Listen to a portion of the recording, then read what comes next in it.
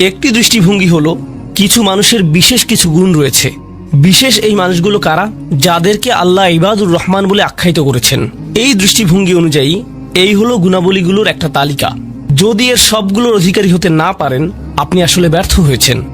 এটা হলো একটা দৃষ্টিভঙ্গি। তো আমাদের যে কারো জন্য আমরা যদি প্রথম দৃষ্টিভঙ্গির দিকে লক্ষ্য করি, তখন বলবো আমি তো তাহলে অকৃতকার্য হয়ে গেলাম। কিন্তু এটাকে দেখার আরেকটা পরিষ্কার দৃষ্টিভঙ্গি রয়েছে, আর সেটা হলো এই প্রত্যেকটি হলো পৃথক শ্রেণীর মানুষের জন্য।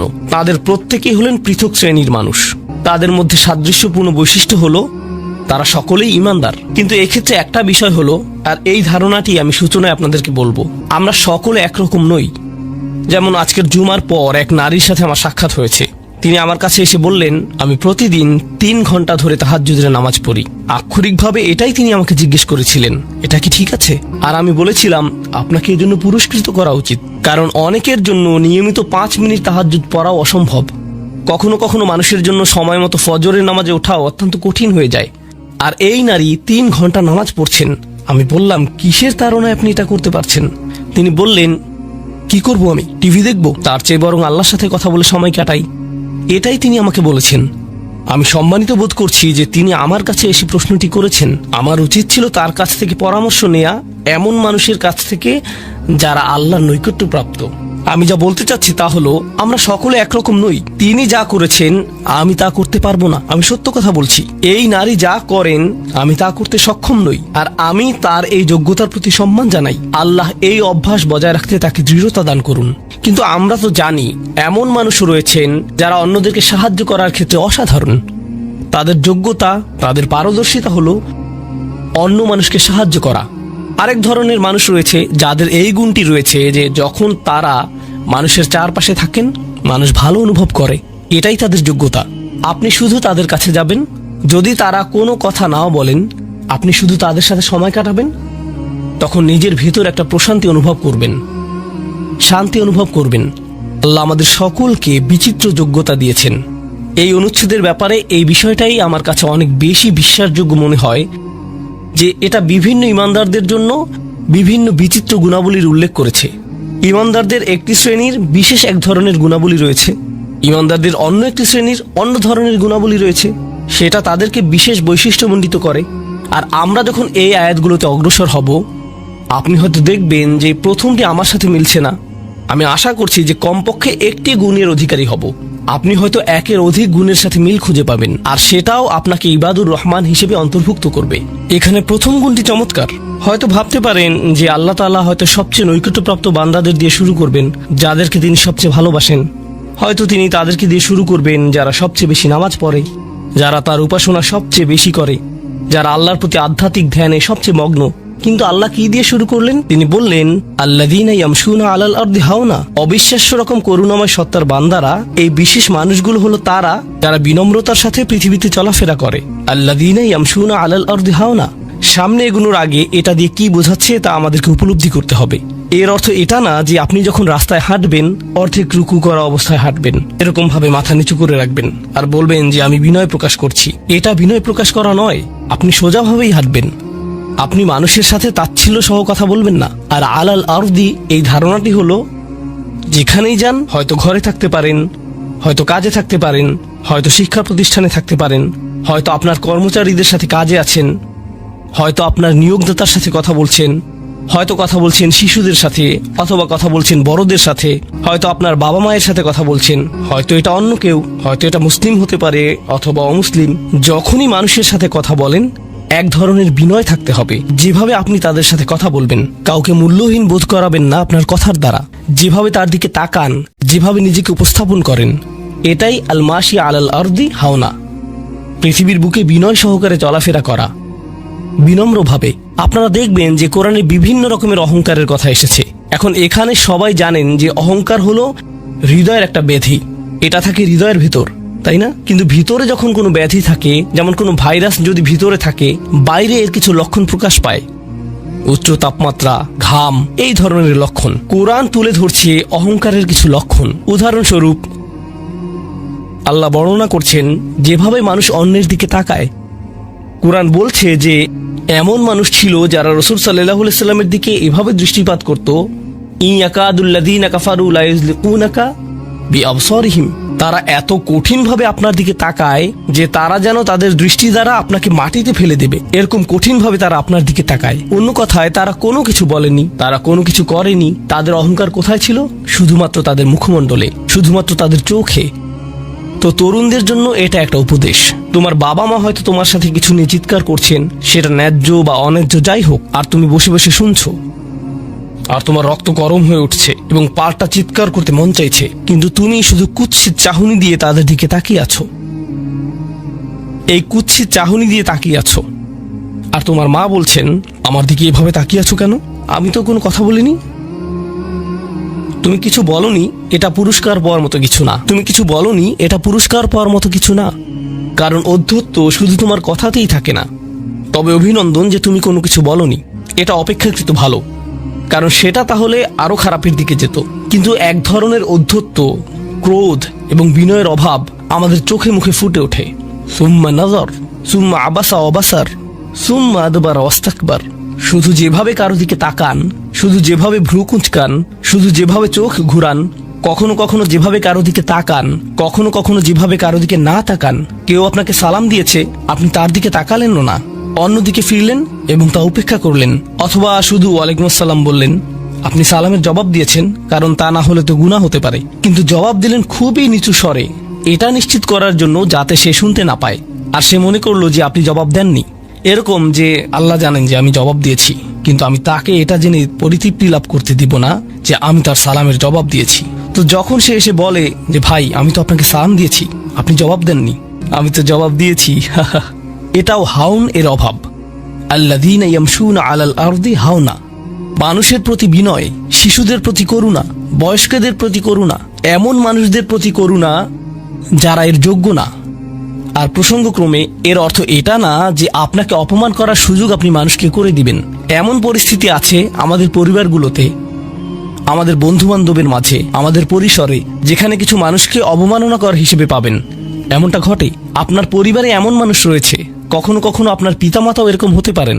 এটা খুবই কষ্টদায়ক বিষয়, এটা খুবই অন্যায্য বিষয়, আর আপনাকে এগুলো সব সময় শুনতে হয়, বারবার শুনতে হয়। শ্রোতাদের ভিতরে এমন নারী রয়েছেন যাদেরকে আমি দেখতে পাচ্ছি না, তারা পর্দার আড়ালে রয়েছেন, কিন্তু তারা যে অবস্থাতেই থাকেন, হয়তো শ্বশুর বাড়ির আত্মীয় অথবা ভাই বোন বা অন্য কারো কাছ থেকে তাদের কথা শুনতে হয়, আর তাদের এটা সব সময় শুনতে হয়, আর এগুলো শুনে তাদের রক্ত গরম হয়ে যায়। তখন কি করবেন? আপনাকে তখনও বিনয় ধরে রেখে যা করা শিখতে হবে তা হলো, প্রথমত সেরকম পরিস্থিতি থেকে দূরে থাকবেন। যদি জানেন যে মেজাজের ভারসাম্য হারিয়ে ফেলবেন, তখন সেখান থেকে বেরিয়ে যান। এই মুহূর্তে আমি এই আলোচনায় অংশ নিতে পারবো না, দুঃখিত, আমি একটু হাঁটতে যাব। রাগে বিস্ফোরিত হয়ে যাওয়ার আগে এটা থেকে বেরিয়ে যান। এটাই প্রথমত এবং প্রধানত ইয়ামশুনা আলাল আরদি হাওনা। যুক্তিসঙ্গতভাবেই আয়াতটিতে এর সাথে যা সম্পর্কিত, ওয়াইদা খাতাবাহুমুল জাহিলুনা ক্বালু সালামা, অল্প অল্প করে অবিশ্বাস্য কিছু শিক্ষা এখানে প্রদান করা হয়েছে। আরবি ভাষায় ইদা অর্থ যদি না, এর অর্থ যখন। যখন বিরক্তিকর ব্যক্তিরা, যখন সেই ব্যক্তিরা যাদের নিজস্ব নিয়ন্ত্রণ নেই, এরা যখন তাদের সাথে কথা বলে, যখন মূর্খ লোকেরা তাদের সাথে কথা বলে, এখানে বলা হচ্ছে না যে যদি তারা কথা বলে, বরং আয়াতে বলা হচ্ছে যখন তারা কথা বলে। আল্লাহ আমাকে এবং আপনাকে জানিয়ে দিচ্ছেন যে এমন লোক সব সময় থাকবে যারা আমাদের উদ্দেশ্যে কথা বলবে, যারা আমাদের সাথে আলোচনায় অংশ নিবে, যারা আমাদের সাথে ভাব প্রকাশ করবে। তাদের আচরণ হয়তো ভালো হবে না, এরকমটা ঘটবে, এটা এড়াতে পারবেন না। এই ধরনের অপ্রীতিকর অভিজ্ঞতার শিকার আপনাদের প্রত্যেককেই হতে হবে, আমি সহ। এমন লোক থাকবে যারা জাহেল। এখানে জাহেল অর্থ উপলব্ধি করুন। জাহেল অর্থ শুধুমাত্র মূর্খ না। যখন মুসা আলাইসাল্লামকে গরুর বাছুর সম্পর্কে জিজ্ঞেস করা হলো, তিনি বলেছিলেন যে তোমাদেরকে একটি গরু কুরবানি করতে হবে, আর তারা বলেছিল তুমি কি তামাশা করছো? আতাত্তাখিযুনা হুজুয়া, তুমি কি আমাদের সাথে উপহাস করছো? আমাদেরকে গরু কুরবানি করতে হবে? এখানে আমাদের সামনে জটিল পরিস্থিতি রয়েছে, কিন্তু কোনো গরু কুরবানির প্রয়োজন নেই। তিনি আসলেই রেগে গেলেন। আপনারা জানেন যখন মুসা আলাইহিসসালাম রেগে যান, তখন তিনি কিছু একটা করে ফেলতে পারেন। তো তিনি তাৎক্ষণিক আল্লাহর কাছে প্রার্থনা করলেন এবং বললেন, আউযু বিল্লাহি আন আকুনা মিনাল জাহিলিন, আমি জাহেলদের অন্তর্ভুক্ত হওয়া থেকে আল্লাহর আশ্রয় প্রার্থনা করি। এর অর্থ মূর্খ নয়, কারণ স্পষ্টতই মুসা আলাইহিসসালাম ছিলেন পৃথিবীর জ্ঞানী মানুষদের একজন। তিনি অজ্ঞতা নিয়ে কথা বলছেন না, তিনি বলছেন আমি আমার আবেগের উপর নিয়ন্ত্রণ হারানো থেকে, মেজাজের নিয়ন্ত্রণ হারানো থেকে আল্লাহর আশ্রয় প্রার্থনা করছি, এমন জিনিস বলা থেকে অথবা করা থেকে যা আমি এখন করতে চাই, কিন্তু আমাকে নিজেকে সংযত করতে হবে। এখন এই উপলব্ধি থেকে আলোচ্য আয়াতটিতে আসুন। এরকম মানুষ রয়েছে যারা সবচেয়ে জঘন্য কথা বলে, কিন্তু তাদের কোনো লাগাম নেই। কথাগুলো আপনার হৃদয় থেকে এসে মস্তিষ্ক হয়ে এরপর তার জিহ্বাতে যাওয়া উচিত, কিন্তু এই পথে কিছুটা লাগাম থাকতে হবে। আমার হয়তো এটা বলা উচিত না, আমি কিছু একটা অনুভব করছি, হয়তো গালি বের হয়ে যাবে, সেটা গলায় পৌঁছে গিয়েছে, কিন্তু সেটা আমার মুখ দিয়ে বেরিয়ে আসা উচিত না, আমার সেটা গিলে ফেলা উচিত। কিন্তু কিছু মানুষ রয়েছে তাদের মাথায় যা আসে তাই বলে ফেলে। কারোর সাথে আপনার 6 মাস পরে দেখা হলো কোনো একটা পার্টিতে, ঈদের সময় অথবা অন্য কোথাও, হে আসসালামু আলাইকুম, আপনি তো মোটা হয়ে গেছেন, সবার সামনেই। এটা কেমন কথা? আপনি এটা মনে মনে আনতে পারেন আর নিজের মনে মনে মাশাআল্লাহ বলতে পারেন, কিন্তু সবার সামনে কেন আপনাকে এই কথা বলতে হবে? হেই, তুমি তো কয়েক বছর আগে পড়ালেখা ছেড়ে দিয়েছিলে, এখনো পাশ করনি, এখনো ফেইল অবস্থাতেই আছো। মানুষ আপনাকে এরকম কথা বলে আর এটা আপনাকে রাগান্বিত করে। এই অবস্থায় কি করবেন? আল্লাহ বলেছেন এটা আপনার মনের বিনয় প্রকাশের অংশ। এভাবেই আল্লাহ আমাদের বিনয় যাচাই করবেন। আর প্রসঙ্গক্রমে তারাই হয়ে থাকে আমাদের সবচেয়ে কাছের মানুষ, যার অর্থ আপনি এই ধরনের পরিস্থিতিতে বারবার বারবার বারবার পড়বেন। কিভাবে এটা থেকে বেরিয়ে আসবেন? আল্লাহ বলছেন ওয়াইদা খাতাবাহুমুল জাহিলুনা ক্বালু সালামা। এটা দিয়ে কতিপয় জিনিস বোঝায়। আমি এখানে সেই কয়েকটি শিক্ষা নিয়ে আলোচনা করব। যখন এমনটা ঘটবে আপনার তাৎক্ষণিক প্রতিক্রিয়া হবে শান্তি, ক্বালু সালামা। এটা দ্বারা বিদায়ও বোঝাতে পারে। আপনি বলবেন সালাম, আমি আর এই আলোচনা চালিয়ে যেতে চাই না, আমি সম্মানজনকভাবে আপনাকে বিদায় জানাবো। ও দাঁড়ান, আমার তো একটা মিটিং আছে। এর বাকি অংশটুকু আপনি মনে মনে বলতে পারেন আল্লাহর সাথে দোয়া করার জন্য, কিন্তু এটা তার কাছে প্রকাশ করার প্রয়োজন নেই। শুধু বলুন যে আমার একটা মিটিং আছে, আর সেখান থেকে চলে আসুন, কারণ আপনি এটা নিতে পারবেন না। তারা সেখান থেকে বেরিয়ে আসে সম্মানজনকভাবে, এটা একটা অর্থ। যখন জঘন্য মানুষ আপনার কাছে আসে, বেরোবার পথ খুঁজে বের করবেন। কোরআন এই সূরাতে আরো পরে যা বলেছে যে মাররু কিরামা, সম্মানজনকভাবে তারা এটা অতিক্রম করে চলে যায়। কিছু কিছু মানুষ আছে যারা এমন কথা বলতে চায় যা আপনাকে রাগান্বিত করবে। তারা আসলে এটা করে মজা পায়। তারা কথা বলবে শুধু আপনাকে উত্তেজিত করার জন্য, আর তাদের কেউ কেউ জানে যে ঠিক কি বলতে হবে, কারণ তারা আপনার সাথে আগেও কথা বলেছে। আর তারা জানে যে কোন জিনিস আপনাকে রাগিয়ে তুলে, তাই তারা জানে যে কোন বাটনটি প্রেস করতে হবে আর কিভাবে আপনাকে বিরক্ত করতে হবে। আপনি বসে আছেন, আমি উত্তেজিত হব না, আমি উত্তেজিত হব না, আমি উত্তেজিত হব না, কিন্তু তার কথা শুনে আপনি বিশাল দানবে পরিণত হয়ে গেলেন, যার ফলে সব ধ্বংস হয়ে যাবে। আর সেই ক্ষেত্রে আপনাকে আগে এটা রোধ করতে হবে।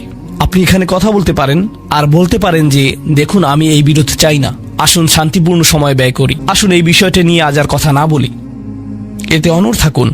এটা দিয়েও ক্বালু সালামা বোঝায়। আমি আপনার সাথে ঝগড়া করতে চাই না, আমি শুধু চাই আলোচনাটা যাতে কুৎসিত পথে এগিয়ে না যায়। কখনো কখনো আমরা ভদ্রতা দেখাই, আর সেই সুযোগে মানুষ আমাদেরকে অসম্মানজনক কথা বলতে থাকে, এবং আত্মবিশ্বাসের সাথে মানুষকে জানিয়ে দিবেন যে তাদেরকে থামতে হবে, তারা সীমা ছাড়িয়ে যাচ্ছে। এটা সঠিক নয়, এমনটা করা সম্মানহীনতা নয়, শিষ্টাচার বহির্ভূত নয়। আপনি নিজের জন্য রুখে দাঁড়াতে পারেন, কিন্তু এটা শুধু মর্যাদাপূর্ণ উপায়ই করতে হবে, এমনভাবে যা শান্তিপূর্ণ। এছাড়াও সালামা শব্দটিকে অনেকেই অবস্থা হিসেবেও দেখেছেন। অন্য কথায়, যখন তারা জবাব দেয় তারা পরিপূর্ণ শান্তিপূর্ণ অবস্থায় থাকে, এটা ভিন্ন একটা অর্থ। যখন জঘন্য মানুষের আপনার সাথে কথা বলে, তারা আপনাকে বিরক্ত করে, তারা রাগান্বিত করে, তারা মিথ্যার পর মিথ্যা, মিথ্যার পর মিথ্যা, মিথ্যার পর মিথ্যা বলে, আর আপনাকে সেখানে বসে এটা শুনতে হয় যেন এটা সত্য। আর তারা এটা অন্য মানুষের সামনে বলে, আর আপনি কোনো কারণ ছাড়াই ঝামেলায় পড়ে যান। যখন আপনি জবাব দেন, আপনার জবাব যাই হোক, জবাবটা শান্ত হওয়াটাই উত্তম।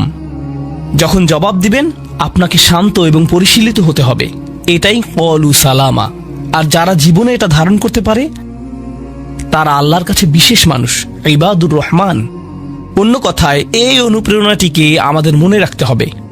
সেই রকম সময়ে যেই ব্যক্তির সাথে আপনি কথা বলছেন সে এর যোগ্য না, বরং সে হয়তো চপটাঘাত পাওয়ার যোগ্য। আপনাদের কেউ কেউ হয়তো প্রতিউত্তর দেয়ায় খুবই পারদর্শী, কেউ হয়তো আপনাকে বিদ্রুপাত্মক কিছু বলছে, আপনি তাকে কথা দিয়ে পিষে ফেলতে পারবেন। ও মাই গড, আপনার মাথায় যে জবাবগুলো আসে, তালিকা করা একাধিক জবাব, আমি কি এ বি সি বলবো নাকি উপরের সবগুলো একসাথে বলবো? আপনার মাথায় এটা চলছে। আর সেই মুহূর্তে যখন আপনি বিরত হওয়ার সিদ্ধান্ত নেন, কঠিনভাবে না বলার, প্রতিক্রিয়া না দেখানোর, শান্ত থাকার সেই শক্তি অর্জনের জন্য আপনার আর আমার অনুপ্রেরণা যা হবে তা হলো, আমি ইবাদুর রহমানের মধ্যে শামিল হতে চাই। আমি ভুলে যাব যে আমি এই অপ্রীতিকর কথোপকথনে রয়েছি, কারণ এখনই আমি আল্লাহর সংস্পর্শে রয়েছি আর তার বিশেষ রহমত আমার উপর বর্ষিত হচ্ছে। সেই জন্যই তিনি আমাকে এই পরিস্থিতিতে ফেলেছেন, যাতে আমি তার নৈকট্য অর্জন করতে পারি। এটা আসলে একটা আশীর্বাদ। এই অপ্রীতিকর সঙ্গগুলো আসলে একটা আশীর্বাদ, যাতে আমি তার নৈকট্য পেতে পারি। সুবহানাল্লাহ। ওয়াইবাদুর রহমানিল্লাযীনা ইয়ামশুনা আলাল আরদি হাওনা ওয়া ইযা খাতাবাহুমুল জাহিলুনা ক্বালু সালামা। লক্ষ্য করুন এরপর আল্লাহ কি বলছেন। দ্বিতীয় শ্রেণীর মানুষেরা, তাদের বিশেষ গুণটি বর্ণিত হচ্ছে। প্রসঙ্গক্রমে এর অর্থ এটা না যে তারা অন্য কিছু করে না, যেমন তারা নামাজ পড়ে না, তারা হালাল খাবার গ্রহণ করে না। এগুলো তো থাকতেই হবে, তারা তো ইতিমধ্যে ইবাদ। এগুলো হলো ইবাদ হওয়ার বাইরের অতিরিক্ত গুণাবলী। দ্বিতীয় মহান গুণটি কি? দ্বিতীয় শ্রেণীর এই মানুষেরা যারা আল্লাহর কাছে প্রিয়, কোন জিনিসটা তাদের বিশেষ মানুষে পরিণত করেছে? ওয়াল্লাযীনা ইয়াবিতুনা লিরাব্বিহিম সুজ্জাদান ওয়া কিয়ামান। যারা রাত্রি অতিবাহিত করে তাদের প্রভুর উদ্দেশ্যে সিজদারত এবং দণ্ডায়মান অবস্থায়। তারা লোকচক্ষুর অন্তরালে গভীর রাতে নামাজে মশগুল থাকেন, কারণ তারা জানেন যে রাতের গভীরে আল্লাহ তাদের সবচেয়ে নিকটে থাকেন। আমাদের অনেকের জন্য এটা অনেক কঠিন যে আল্লাহ যদি তার সবচেয়ে নৈকট্যপ্রাপ্ত মানুষদের কথা বলেন, এই শ্রেণীর মানুষদের দিয়ে শুরু করাটাই প্রত্যাশিত ছিল। এটাই প্রত্যাশিত ছিল যে আল্লাহ এমন মানুষদের দিয়ে শুরু করবেন যারা সবচেয়ে বেশি নামাজ আদায় করে, বিশেষত এমন সময়ে যখন তিনি নিকটে থাকেন, যা হলো রাতের মধ্যপ্রহর। সেখান থেকে শুরু হওয়ার কথা ছিল, কিন্তু না, তিনি সেখান থেকে শুরু করেননি। তিনি বিনয় দিয়ে শুরু করেছেন, কারণ রাতের সেই নামাজ যখন আপনি এবং আমি আল্লাহর সামনে বিনয়াবনত হই, নামাজরত অবস্থায় অন্য কেউ দেখার সুযোগ না থাকে, চমৎকৃত করার মতো আর কেউ না থাকে, একমাত্র যাকে আপনি চমৎকৃত করতে চান তিনি হলেন আল্লাহ। আপনার আত্মাভিমান চলে গিয়েছে। আল্লাহর সম্মুখে দণ্ডায়মান হয়ে আপনি পূর্বেকৃত সকল অপরাধ স্বীকার করেছেন। আল্লাহর সাথে আপনি উন্মুক্ত আলোচনায় রত আছেন, সকল অহংকার থেকে মুক্ত হয়ে। যদি নিজেকে অহংকার মুক্ত করতে চান, প্রথম ধাপটি হলো আপনি কি মানুষের সামনে অহংকারকে বিসর্জন দিতে পারেন, আর তারপর আল্লাহর সম্মুখে উপস্থিত হন। আমরা এমন অনেক মানুষদের কথা জানি যারা ইবাদতে পারদর্শী, কিন্তু মানুষের কাছে তারা খারাপ হিসেবে বিবেচিত। এটা আদর্শ নয়। এখানে একটি শ্রেণীকে অগ্রাধিকার দেয়া হয়েছে, আর এরা তারাই যারা মানুষের সাথে বিনয়ী। তারপর যারা আল্লাহর সামনে বিনয়াবনত হয়ে উপস্থিত হয়। এটা অর্জন করা সহজ নয়, কিন্তু যদি সপ্তাহে একবার, আমি জানি যে এটা কঠিন হবে, কিন্তু সপ্তাহে একবার আপনি মসজিদে ইশার নামাজ পড়লেন আর এরপর সরাসরি বাসায় চলে গেলেন আর ঘুমিয়ে পড়লেন, আর সেটা তখনই সম্ভব হবে যদি আপনি প্রত্যুষে ঘুম থেকে উঠেন আর এরপর দিনে না ঘুমান। তো ফজরের সময় উঠুন, এরপর ঘুমাবেন না, নিজেকে পরিশ্রান্ত করুন, এশা পড়ুন, এরপর ঘুমাতে যান। এরপর অ্যালার্ম দিয়ে রাখুন, ফজরের 30 মিনিট আগে অ্যালার্ম সেট করুন, উঠে গিয়ে কয়েক রাকাত নামাজ পড়ুন। শুধু এটুকুই করুন, নিজের মতো করে এটা করুন। এজন্য অন্য কারো ঘুম ভাঙাবেন না, এটা নীরবে করবেন। ঘরের কোনো এক কোণে চলে যান, সেখানেই নামাজ পড়ুন। যদি সপ্তাহে একবার বা দুবারও এটা করতে পারেন, যে প্রশান্তি পাবেন, আল্লাহর সাথে যে সম্পর্ক অনুভব করবেন, সেটা আপনাকে সবচেয়ে কঠিন সময়েও সাহায্য করবে। আল্লাহ আমাদেরকে এই মানুষদের অন্তর্ভুক্ত করে দিন। ওয়াল্লাযীনা ইয়াবিতুনা লিরাব্বিহিম সুজ্জাদান ওয়া কিয়ামা। এরপর আসছে তৃতীয় ধরনের মানুষের কথা। ওয়াল্লাযীনা ইয়াকুলুনা রাব্বানা ইসরিফ আন্না আযাবা জাহান্নাম ইন্না আযাবাহা কানা গরামা ইন্নাহা সাআত মুস্তাকাররা ওয়া মুকামা। এই মানুষেরা শুধু একটি দোয়া করে, দোয়ার তালিকা নয়। তাদের একমাত্র দোয়া হলো, ইয়া আল্লাহ, আমি জাহান্নামে যেতে চাই না। অন্য যেখানেই রাখেন, জাহান্নামে নয়। আমাকে জাহান্নামে রাখবেন না, আমাদেরকে জাহান্নামের শাস্তি থেকে দূরে রাখুন। অবস্থান করার জন্য এটা বিভৎস একটা জায়গা। আমি এটা এক মুহূর্তের জন্য দেখতে চাই না। আমি সেখানে স্বল্পস্থায়ীভাবে থাকতে চাই না, আর আমি সেখানে দীর্ঘস্থায়ীভাবেও থাকতে চাই না। দোয়াটি মনোযোগ দিয়ে শুনুন।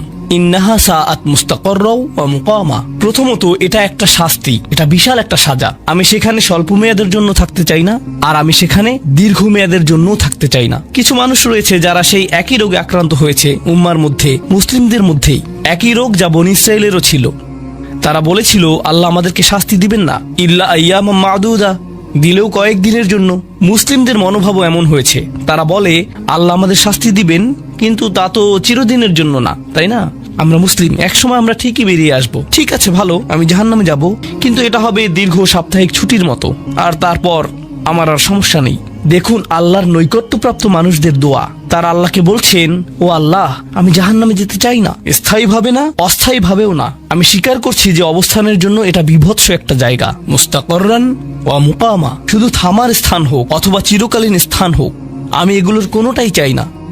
এর অনেক অন্তর্নিহিত অর্থ রয়েছে, আমি আপনাদের শুধু একটির কথা বলছি।